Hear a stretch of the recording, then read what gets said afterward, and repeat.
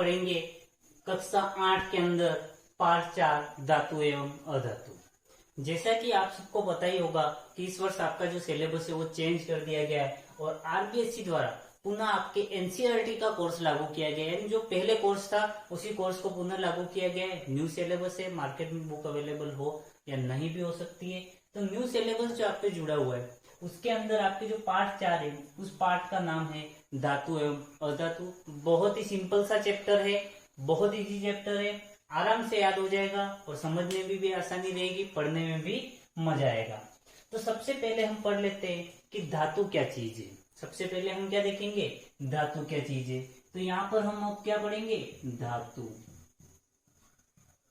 तो धातु क्या चीज है। जैसे ही हम धातु नाम सुनते हैं हमारे दिमाग में तुरंत ही चीज आ जाएगी सोना, चांदी, लोहा। ये चीजें हमारे दिमाग में आती है। हाँ, रियल में यही चीजें ज्यादा होती है। इन्हीं चीजों को हम क्या कहते हैं, धातु। अब धातु के बारे में बात करें तो हम परिभाषा क्या लिखेंगे। तो धातु की परिभाषा होती है वे पदार्थ जो चमकीले होते हैं। हर एक में चमक होगी, सोना, चांदी, लोहा, कुछ भी देख लो। जो चमकीले होते हैं या ध्वनिक होते हैं, अर्थात जिनको बजाने पर आवाज आती है, अथवा चमकीले होते हैं, ध्वनिक होते हैं, अथवा या लिख सकते हैं एवं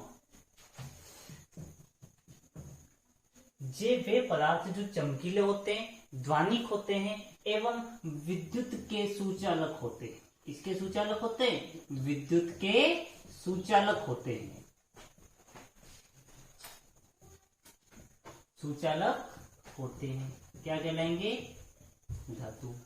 तो धातु वर्ड आते ही हमारे दिमाग में क्या क्या चीजें आ गई, वे पदार्थ जो चमकीले होते हैं, ध्वनिक होते हैं एवं विद्युत के सुचालक होते हैं, क्या कहलाएंगे, धातु। तो अब हमारे सामने दूसरी परिभाषा आ गई, अधातु। अब अधातु क्या होगा, वे पदार्थ जो चमकीले नहीं होते यानी कि मलिन होते। तो अधातु की परिभाषा क्या हो गई, वे पदार्थ जो मलिन होते हैं अथवा अध्वनिक होते हैं, यानी जिनको बजाने पर आवाज नहीं होती है, या हम लिख सकते हैं कुचालक होते हैं। विद्युत के क्या होते हैं, कुचालक होते हैं, क्या कहलाएंगे, अधातु। अधातु कहलाते हैं। तो क्लियर यहां तक। जो न्यू सिलेबस है उसके अकॉर्डिंग आपका जो चैप्टर है चैप्टर 4, उसके अंदर उसका नाम क्या है, धातु एवं अधातु। तो सबसे पहले हम पढ़ लेते हैं धातु क्या चीज है। तो वे पदार्थ जो चमकीले होते हैं, ध्वनिक होते हैं एवं विद्युत के सुचालक होते हैं, क्या कहलाएंगे, धातु। एवं वे पदार्थ जो मलिन होते हैं, अध्वनिक होते हैं अथवा विद्युत एवं उष्मा के कुचालक होते हैं, क्या कहलाते हैं, अधातु। अब डिटेल में पढ़ेंगे धातु के गुण, अधातु के गुण। पढ़े, चलो स्टार्ट करते हैं। तो अब हमारे पास जो नेक्स्ट टॉपिक आ गया वो आ गया धातुओं के गुणधर्म। तो यहाँ पे हमने टॉपिक क्या डाल दिया, टॉपिक फर्स्ट, धातुओं के गुणधर्म।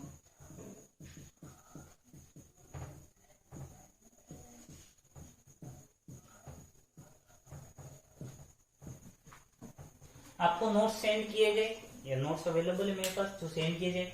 उसके अंदर मैंने ये टॉपिक लिखा है धातुओं के गुणधर्म, जिसके अंदर हर एक की परिभाषा भी लिखी हुई है, आगे समझाया भी गया है। तो चलो समझ लेते हैं। फर्स्ट, धातुओं के गुणधर्म के अंदर जो लिखा है वो लिखिए आघात वर्धनीयता। आघात वर्धनीयता। अब ये शब्द क्या है इसको समझ लेते। तो देखिए, फर्स्ट, साइंस के अंदर हर जो शब्द रहता है उसी के अंदर उसकी परिभाषा होती है, हमें याद करने की जरूरत नहीं है अलग से। तो यहाँ पर आपके लिखा हुआ आघात, आघात का मतलब होता है पिटना, यानी कि प्रहार करना, चोट करना। और वर्धनीयता, वर्ध मतलब क्या होता है, वृद्धि होती है, यानी कि वह गुण जिसके कारण वस्तु को पीटने पर, आघात करने पर उसमें क्या होती है, वृद्धि होती है। क्या कहेंगे हम उसे, आघात वर्धनता। तो किसी भी वस्तु का वह गुण, यहां पे हम लिखेंगे किसी भी वस्तु का वह गुण, वस्तु का वह गुण जिससे उस पर प्रहार कर, उस पर प्रहार कर, चोट कर उसे चादर के रूप में, चादर के रूप में, या हम कह सकते हैं एक शीट के रूप में, चादर के रूप में परिवर्तित कर सकते हैं, परिवर्तित कर सकते हैं। क्या कहलाएगा, आघात वर्धनीयता। तो फर्स्ट हमारे पास गुण क्या आ गया, आघात वर्धनीयता। नाम के अंदर ही स्पष्ट है, आघात यानी कि प्रहार करना, चोट करना, आप हथौड़े से पीटो। वर्धनीयता मतलब कि वृद्धि हो जाती है। आपने लोहार वगैरह देखा होगा, उसमें क्या करते हैं लोहार वगैरह कि कोई भी लोहे की शीट होती है, उस पर हथौड़े से प्रहार करते हैं और पतली शीट के रूप में बदल सकते हैं। उसी गुण को हम क्या कहते हैं, आघात वर्धनीयता। दूसरा जो गुण आता है इसका, वो आता है ध्वनिक गुण। ध्वनिक गुण। और ध्वनिक गुण क्या है, तो जब भी आपने देखा होगा, लोहे की छड़ ले लो आप, या कोई और भी चीज ले लो, आप लोहे पे एक बजाते हो तो एक अलग ही ध्वनि उत्पन्न होती है, जो कुछ देर तक गूंजती है। चाहे मंदिर की घंटी देख लो, स्कूल की घंटी देख लो, उन सब के अंदर, यानी किसी भी वस्तु पर प्रहार करने पर उसमें एक विशिष्ट प्रकार की ध्वनि उत्पन्न होती है, जिसे हम क्या कहते हैं, ध्वनिक गुण। तीसरा जो इसके अंदर पॉइंट आता है, वो आता है तन्यता। तन्यता। अब तन्यता क्या होता है, धात्विक गुण, ध्वनिक गुण लिखना चाहो आप लिख सकते हो। वस्तु पर चोट करने पर, चोट करने से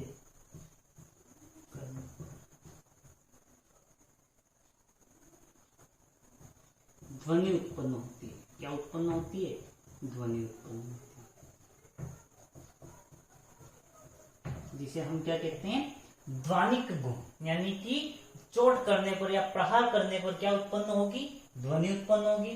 तन्यता। तन्यता मतलब कि तनन सामर्थ्य, खींचने पर लंबा होना।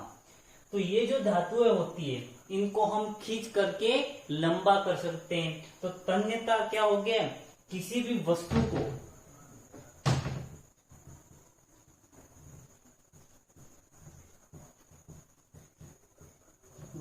या फिर हम यहाँ पे डायरेक्ट वस्तु की जगह क्या यूज में ले सकते हैं, धातु को। किसी भी वस्तु को या धातु को लिख लो सीधा ही यहाँ पर, धातु को खींचकर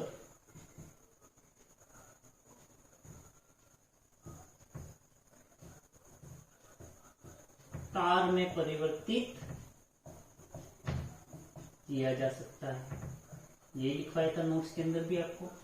तो तन्यता क्या है, किसी भी धातु को खींच करके आप किस में बदल सकते हैं, तार के रूप में बदल सकते हैं। यही गुण क्या कहलाता है, तन्यता। और सबसे अधिक तन्य धातु की अगर हम बात करें, सबसे अधिक तन्य, तो वो होती है सोना। कौन सी होगी, सोना। सोना एवं चांदी। लेकिन मेन जो होती है वो कौन सी होगी आपके, सोना। इसके बाद चांदी का नंबर आता है। अब नेक्स्ट गुण की बात करें तो जो चौथा गुण आता है वो आता है इनका चमक। आपने देखा होगा सोना चांदी वगैरह जो भी होते हैं, उनमें एक अलग ही प्रकार की चमक होती है, वो दूर से ही चमकते हैं।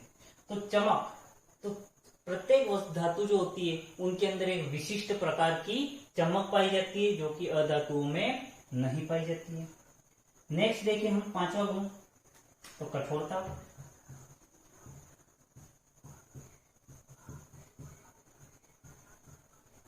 कठोरता प्रत्येक धातु जो होती है वो कठोर होती है अधातुओं की तुलना में। आपने सारी देखी होगी, इसका जो अपवाद है कठोरता, धातुएं कठोर होती है, धातुएं कठोर होती है।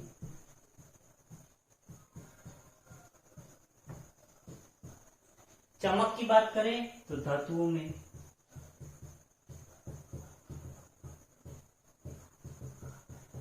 एक विशिष्ट प्रकार की चमक होती है। क्या होती है? चमक होती है। अब बात करें जो कि इसका मुख्य गुण है, वो है चालकता।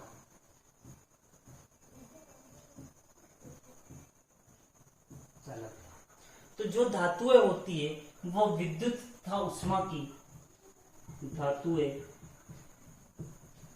विद्युत तथा उष्मा की सुचालक होती है।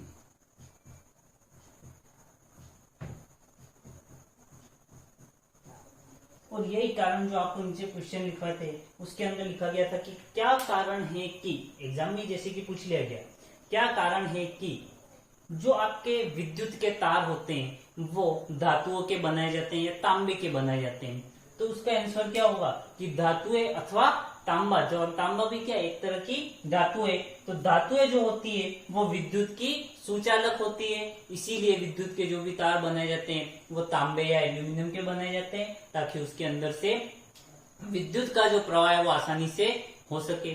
दूसरा आपसे पूछा जा सकता है जो खाना बनाने के बर्तन होते हैं उसके अंदर भी धातुओं का उपयोग क्यों किया जाता है? तो क्यों किया जाता है? क्योंकि धातु उष्मा की कुचालक होगी, खाना आसानी से पक जाएगा। लेकिन इसी प्रश्न ये जो गुण है आपके जो भी धातुओं के, इन सब के विपरीत गुण किसमें होते हैं? अधातुओं में। जैसे कि आघात वर्धनीयता, तो आघात वर्धनीयता के अंदर यहाँ पे हम अधातुओं के गुण देख लेते हैं। अधातु तो आघात वर्धनीयता यानी कि पिटने पर चौड़े हो जाते हैं, कौन? धातु। लेकिन अधातु जो होंगे वो पीटने पर टूट जाते हैं, यानी कि इसके अंदर जो गुण होगा वो होगा भंगुर प्रवृत्ति होती है। कैसी प्रवृत्ति होती है? भंगुर प्रवृत्ति। किसकी? अधातुओं की। धातुओं की प्रवृत्ति कैसी होगी? आघात वर्धनीयता, पीटने पर चौड़े होंगे। लेकिन अधातु है भंगुर प्रवृत्ति, जैसे ही आप पीटोगे क्या हो जाएंगे? ये टुकड़ों में बढ़ जाएंगे। जैसे आप कोयले को लो और लोहे को लो, लोहे को आप पीटोगे वो एक पतली चादर के रूप में बढ़ता जाएगा। वहीं अगर आपने कोयले को लिया, कोयले को आप पीटोगे वो छोटे छोटे टुकड़ों में बढ़ जाएगा। ध्वनिक गुण, तो ये जो होते हैं अधातु वो कैसे होते हैं? अध्वनि, यानी कि इनको पीटने पर किसी प्रकार की कोई विशिष्ट ध्वनि नहीं आती है, इसीलिए इनको हम क्या कहते हैं? अध्वनिक गुण। तन्यता, तो जो होते हैं अधातु वो अतन्य होती हैं। आप कोयले को खींचो लंबा नहीं होगा, चाहे गर्म कर दो या कुछ भी कर दो, कोयला कभी भी तन्य नहीं होगा। चौथा चमक, वो हम पहले ही देख चुके हैं। अधातुएं क्या होती है? मलिन होती हैं, यानी अधातुओं में कोई चमक नहीं पाई जाती है। लेकिन अधातुओं के अंदर जो है इसका एक अपवाद पाया जाता है, और वो क्या है? हीरा। यानी कि हीरा जो है वो अधातु है, धातु नहीं है, फिर भी हीरे के अंदर क्या पाई जाती है? चमक पाई जाती है। नेक्स्ट चीज जो है कठोरता, तो ये जो होते हैं वो अपेक्षाकृत जो अधातु होते हैं वो कम कठोर होते हैं, कम कठोर होते हैं। लेकिन अधातु जो होते हैं वो कम कठोर होते हैं, लेकिन इसका भी अपवाद क्या है? हीरा। हीरा जो है वो अधातु है, लेकिन कैसा होता है? कठोर होता है। नेक्स्ट हम बात करते हैं चालकता की, तो जो अधातु होते हैं वो उष्मा के कुचालक होते हैं, यानी कि अधातु जो होते हैं वो विद्युत का चालन नहीं करते हैं।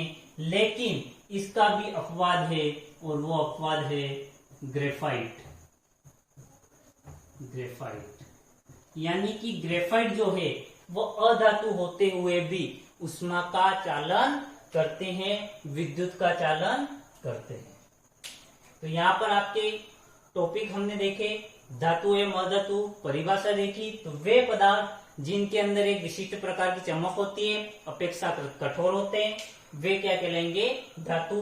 धातुओं के गुणधर्म के अंदर हमने देखा आघात वर्धनीयता, तो धातु का वह गुण, यहाँ पे वस्तु की जगह आप लिख सकते हो धातु, किसी भी धातु का वह गुण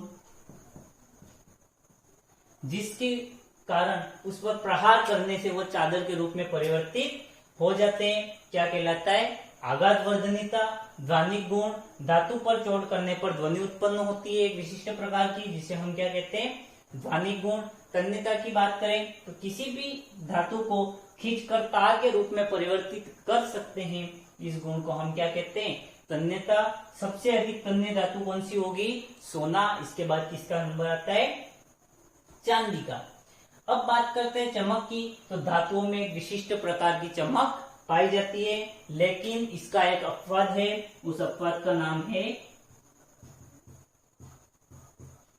मरकरी, या जिसको हम सिंपल भाषा में बोले तो पारा। पारे के अंदर ना तो चमक होती है, कठोरता की भी बात करें तो सभी धातुएं कठोर होती है, लेकिन अपवाद क्या है? पारा। पारा जो है वो द्रव अवस्था में पाया जाता है, कठोरता नहीं पाई जाती है। इसके अलावा कठोरता के अंदर वैसे तो सोडियम वगैरह भी है, जिन्हें आसानी से चाकू की सहायता से काटा जा सकता है। चालकता की बात करें, धातुएं विद्युत तथा उष्मा की सुचालक होती है, इनमें उष्मा एवं धातु विद्युत का प्रवाह आसानी से हो सकता है। अधातुओं की बात करें तो अधातु आघात वर्धनीय नहीं होती है, भंगुर प्रवृत्ति की होती है, जैसे ही हम इस पर चोट करते हैं ये टुकड़ों में बढ़ जाती है। ध्वनिक गुण की बात करें तो अधातुएं जो होती है उनमें किसी विशिष्ट प्रकार की ध्वनि नहीं होती है, यानी कि ये कैसे होती है? अध्वनिक। तन्यता की बात करें, धातु अतन्य होती है, इन्हें हम खींचकर तार के रूप में परिवर्तित नहीं कर सकते। चमक की बात करें तो ये मलिन होती है, इनमें कोई विशिष्ट प्रकार की चमक नहीं होती है, लेकिन अपवाद क्या है? हीरा, जो कि एक अधातु होते हुए भी इसके अंदर चमक पाई जाती है। कठोरता की बात करें तो अपेक्षाकृत कम कठोर होती है, और ये विद्युत की क्या होती है? कुचालक। लेकिन ग्रेफाइट जो है वो धातु होते हुए भी, कुछ अधातु होते हुए भी उष्मा की सुचालक होती है। तो आपसे पूछा जा सकता है कि उस पदार्थ का नाम लिखिए जो अधातु है लेकिन विद्युत का सुचालक है, तो कौन सा हो जाएगा? ग्रेफाइट। अब आगे देखते हैं हम, आपको कुछ क्वेश्चन दिए थे। पहला क्वेश्चन ये था कि क्या कारण है कि विद्युत के जो तार होते हैं वो धातुओं के बनाए जाते हैं, तो आपको बता दिया क्योंकि धातुएं क्या होती है? उष्मा की या विद्युत की जो सुचालक होती है, अतः जो विद्युत के तार होते हैं वो किसके बनाए जाते हैं? धातु के, यानी कि तांबा और एल्यूमिनियम आदि के बनाए जाते हैं। दूसरा क्वेश्चन जो आपको दिया था कि क्या कारण है कि खाना बनाने वाले जो बर्तन होते हैं उनके हैंडल जो होते हैं, जो हत्थे होते हैं पकड़ने वाला हिस्सा, वो लकड़ी या प्लास्टिक का बनाया जाता है, तो उसका उत्तर क्या था कि हम जानते हैं कि प्लास्टिक एवं लकड़ी अधातु है, एवं अधातु क्या होती है? विद्युत की उष्मा की क्या होती है? कुचालक होती है। विद्युत एवं उष्मा की क्या होती है? कुचालक होती है। अतः खाना बनाने वाले बर्तन जो होते हैं वो उष्मा से गर्म नहीं होंगे, आसानी से हम बर्तन को पकड़ सकते हैं, इसीलिए वो हैंडल जो होते हैं वो किसके बनाए जाते हैं? लकड़ी या प्लास्टिक के। फिर आपके अंदर नेक्स्ट क्वेश्चन दिया था, वो ये था कि क्या कारण है कि मंदिर एवं स्कूल की घंटी जो होती है वो किसकी बनाई जाती है? धातुओं की बनाई जाती है। तो धातुओं की बनाए जाने का कारण क्या था घंटी का? कि ये क्या होती है? इन धातुओं में क्या होते हैं? ध्वनिक गुण पाया जाता है। कौन सा गुण पाया जाता है? ध्वनिक गुण, अर्थात उन पर प्रहार करने से या चोट करने से एक विशिष्ट प्रकार की ध्वनि उत्पन्न होती है। अतः स्कूल की घंटी एवं जो मंदिर की घंटी होती है वो किसकी बनाई जाती है? धातुओं की बनाई जाती है। यह आपके चैप्टर के अंदर आज इतना ही टॉपिक पढ़ेंगे, कल हम इसका नेक्स्ट पार्ट पढ़ेंगे। ठीक है।